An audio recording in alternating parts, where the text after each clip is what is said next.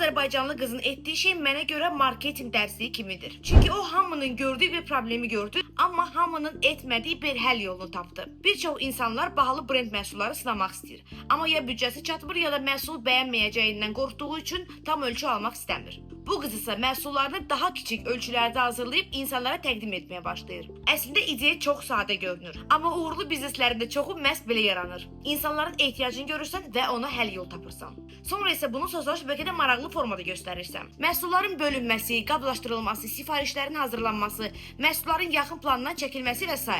İnsanlar sadəcə bir məhsulu yox, onun necə hazırlandığını görmək istəyirlər. Videolar kəşfidə düşür, izləyiciləri artır, müştəriləri artır və nəticədə kiçik bir ideya böyük bir biznesə çevrilir. Bu hekayədə mənə ən maraqlı gələn hissə odur ki, qız yeni bir şey icad eləmir. Sadəcə mövcud məhsulları fərqli təqdim edir. Bəzən uğur hamının etdiyi işi fərqli göstərməkdir. Sosial şəbəkənin gücü də məhz budur. Düzgün ideya və düzgün təqdimat bəzən illərin reklamlarından belə daha güclü işləyir. Bəlkə də sənin üçün bugün adi görünən bir fikir sabah sənin gəlir mənbəyini çevriləcək. Əgər sən də sosial şəbəkədə auditoriya toplamaq, şəxsi brendi gücləndirmək, satış etmək, biznes qurmaq, marketinqin bütün sirlərini öyrənərək platformanı gəlirə çevirmək istəsənsə, 21 iyun başlayacaq böyük yenilənmiş SMM təlimdə səni gözləyirəm. Qeydiyyat üçün mən direktə yaz.